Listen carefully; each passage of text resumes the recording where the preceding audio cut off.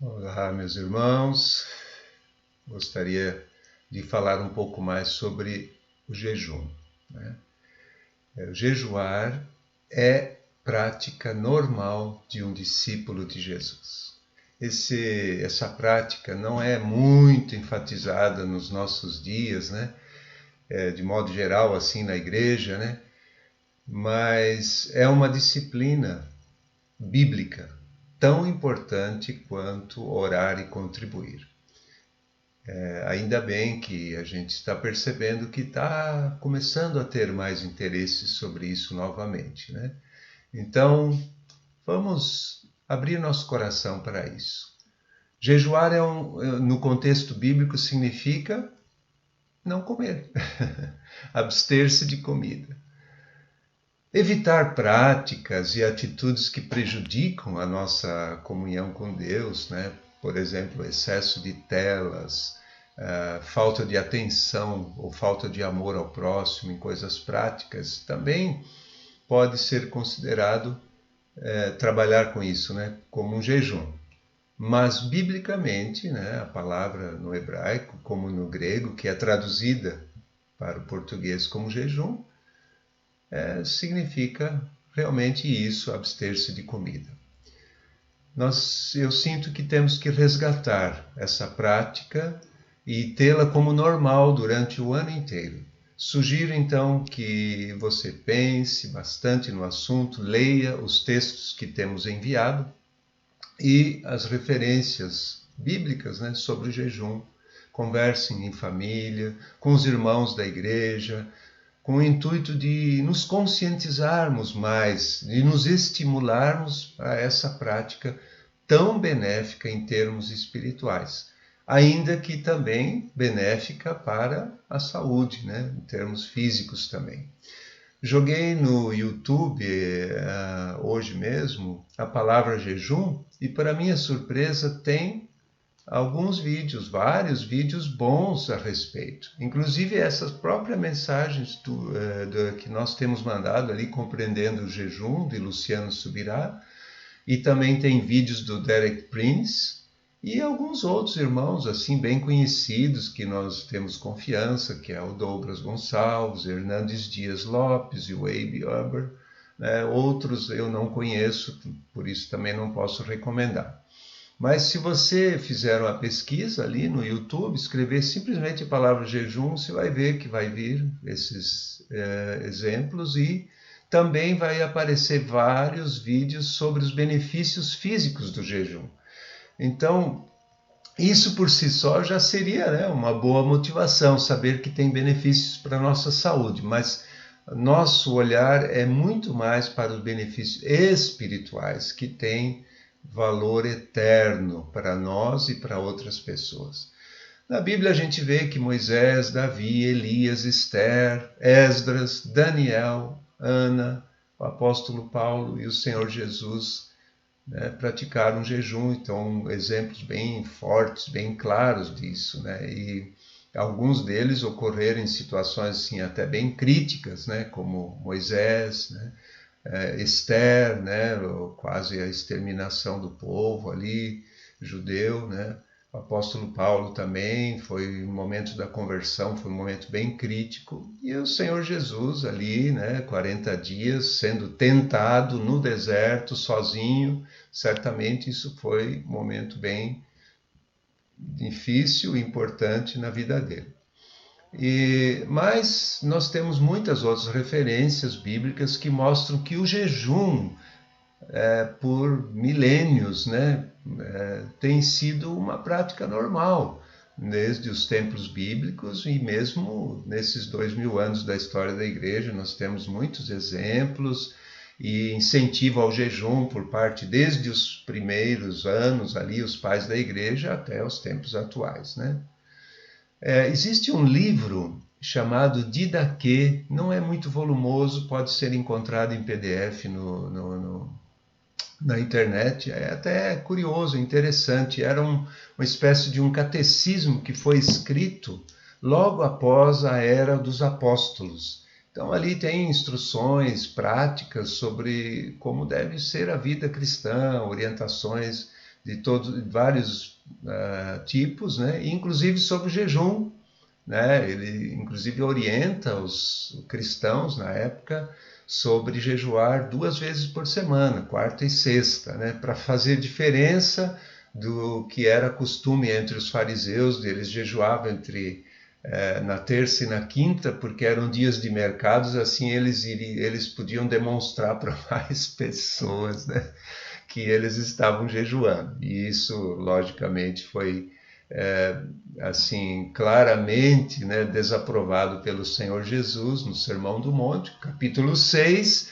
onde, inclusive, ele não ordena que nós jejuemos, que os seus discípulos jejuem, mas ele demonstra que seria normal para um discípulo seu jejuar, que é uma prática correta, boa, salutar, né? Ele fala assim: quando você der esmola, quando você orar, né? Quando você jejuar, né? Então, sempre fazendo isso com discrição e não querendo aparecer pelos outros, porque senão a sua recompensa já está ali, né? Mas nós queremos recompensa depois do Senhor, né? E assim, na vida íntima com o nosso Senhor, né? Então, esse didaquê dava já uma conotação quase obrigatória. Por exemplo, ele exigia, né, que os irmãos que iriam ser batizados, eles deveriam jejuar 1 ou 2 dias, né, antes do batismo, e aquele que fosse ministrar o batismo também precisava fazer isso, né? Mas temos também uma outra passagem, Mateus 9,15, que eu gostaria de ler, onde o Senhor mais uma vez demonstra que é normal seu discípulo jejuar. Então, diz ali, Mateus 9,15, 14,15, vieram depois os discípulos de João e perguntaram a Jesus: por que nós e os fariseus jejuamos muitas vezes, mas os seus discípulos não jejuam? Jesus respondeu: como podem os convidados para o casamento estar tristes enquanto o noivo está com eles? No entanto, virão dias em que o noivo lhes será tirado, e então eles vão jejuar. Amém? Então, o nosso noivo, Jesus, né, foi retirado, quer dizer, ele foi para o céu, ele vai voltar, mas ele está ausente, e agora então, enquanto ele estiver ausente, nós jejuaremos. Amém? Então, que isso se torne uma prática, né? Nesse tempo que estamos vivendo, né? Então, nós jejuamos porque sentimos falta do noivo, porque o desejamos, porque o amamos e queremos estar mais próximos dele pelo Espírito Santo. Sim, o jejum está ligado à adoração, à oração, à busca da presença de Deus, ao anseio por ele. Ao jejuar, nós estamos negando a carne para nos dedicarmos ali. Nós estamos mostrando que o Senhor é mais importante do que uma refeição, 2, 3, às vezes até alguns dias, né? Então, nós vimos, tem menção, né, já mencionamos anteriormente, né, algumas situações específicas, importantes na Bíblia. Queria só ressaltar 2 ainda, que é da profetisa Ana, que está no Evangelho de Lucas, que diz ali que ela servia ao Senhor com jejum. Ali não tinha um objetivo assim para ser alcançado, mas simplesmente ela adorava ao Senhor, ela estava sempre ali no templo e em jejum e oração. E ela então foi muito bem recompensada pelo Senhor. Ela pôde ver Jesus, ela pôde ver o Messias esperado. Ela reconheceu coisa que muitos naquele momento não estavam vendo. Então, graças a essa prática dela, ela teve esse privilégio. E ali os irmãos, em Atos 13, em Antioquia, eles também estavam adorando e jejuando ao Senhor quando o Espírito Santo lhes falou para enviar o apóstolo Paulo e Barnabé para a primeira viagem missionária que abriu, né, a pregação do Evangelho, a igreja se expandindo para os gentios, o que mudou a história da humanidade, né?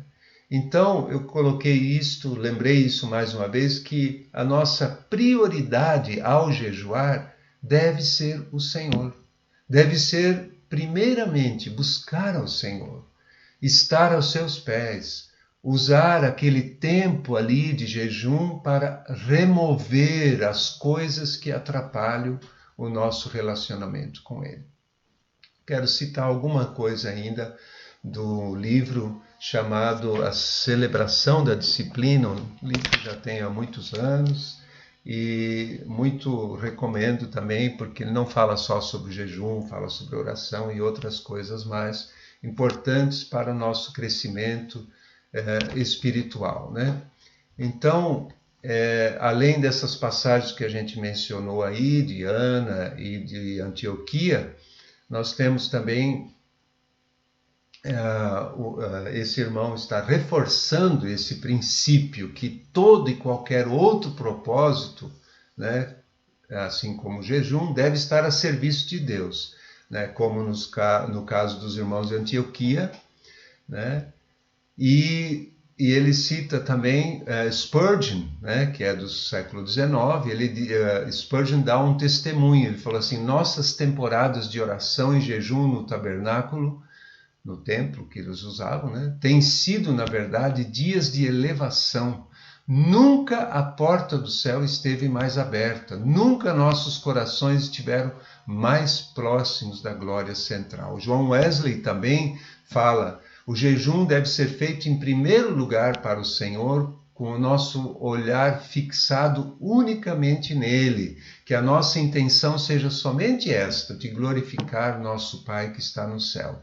Esse é o único modo de sermos salvos, de amar mais a bênção do que aquele que abençoa, né? E aí, então, uma vez que esteja bem claro, eu continuo aqui uns textos desse livro. Uma vez que esteja bem claro em nossos corações, estamos livres para entender que há também propósitos secundários em jejuar. Mais do que qualquer outra disciplina, o jejum revela as coisas que nos controlam. Este é um maravilhoso benefício para o verdadeiro discípulo que anseia ser transformado à imagem de Jesus Cristo. Nós temos a tendência de cobrir com alimentos e com outras coisas boas aquilo que está dentro de nós, esconder, né? Mas no jejum essas coisas vêm à tona. Se o orgulho nos controla, ele será revelado. Ira, amargura, ciúme, discórdia, medo, se estiverem dentro de nós, aflorarão durante o jejum, para que possamos ser libertos pelo poder do Senhor. Continuando, o jejum ajuda-nos a manter nosso equilíbrio na vida. Quão facilmente começamos a permitir que coisas não essenciais adquiram prioridade nas nossas vidas. Muito comum desejarmos coisas ardentemente das quais não necessitamos e depois acabamos sendo escravizados por elas, né?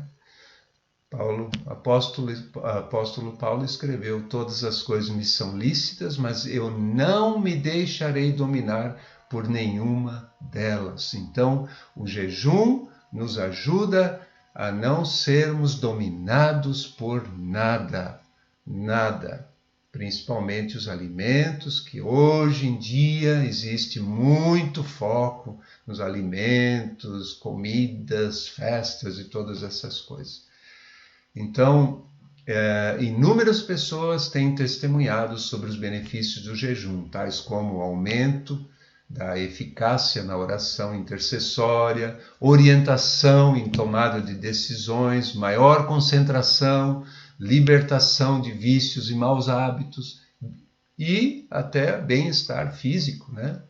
Assim como revelações e outros benefícios mais. Mas queria ainda, antes de terminar, falar rapidamente algumas coisas práticas. Não vou esgotar o assunto, vocês podem procurar, leiam, não deixem de ler aqueles artigos ali, aqueles textos, podem assistir um ou outro vídeo também, né? Então, jejum, em primeiro lugar, é a abstenção de alimento, mas não de água. Devemos beber água, normalmente, ainda mais agora no verão, né? Existe, para quem não tem condições, né, em vez do jejum total, que é ficar sem várias refeições, 1 ou 2 dias, né, sem as refeições, jejum parcial, né? Então, onde se tira alguns alimentos costumeiros, ou uma ou outra refeição, ou substitui por sucos, né, naturais, né, de preferência, né? Então, ele pode ser indicado para irmãs, né, grávidas que estejam amamentando, para crianças, pessoas com alguma enfermidade. Aliás, pessoas com enfermidade devem consultar o médico antes de jejuar, né? A não ser que seja retirar algum desses alimentos, né, que a gente já sabe que só faz mal e não faz bem, né? Então, esse tipo de jejum parcial, ele tem a vantagem que você pode fazer por um período longo, né, até 21 dias ou mais. Tem irmãos aqui na nossa cidade, congregações que fazem às vezes até por 40 dias, por exemplo, todos os dias tiram uma refeição, café da manhã, coisas assim. É válido, muito válido. Agora, o jejum clássico é realmente ficar 24 horas sem comer, né? 1 até 2 vezes por semana, ou até mais, se a pessoa quiser, né? Como era indicado ali no Didaquê, né, para os discípulos naquele tempo, 2 vezes por semana.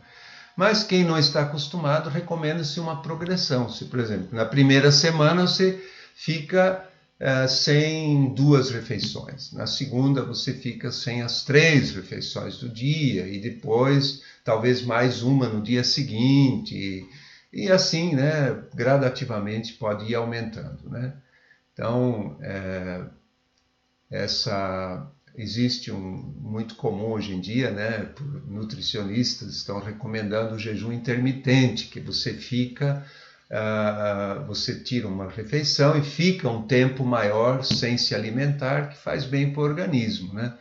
Então, isso é legal, é bom e até ajuda a preparar para fazer, então, um jejum completo, mas com o foco espiritual, né?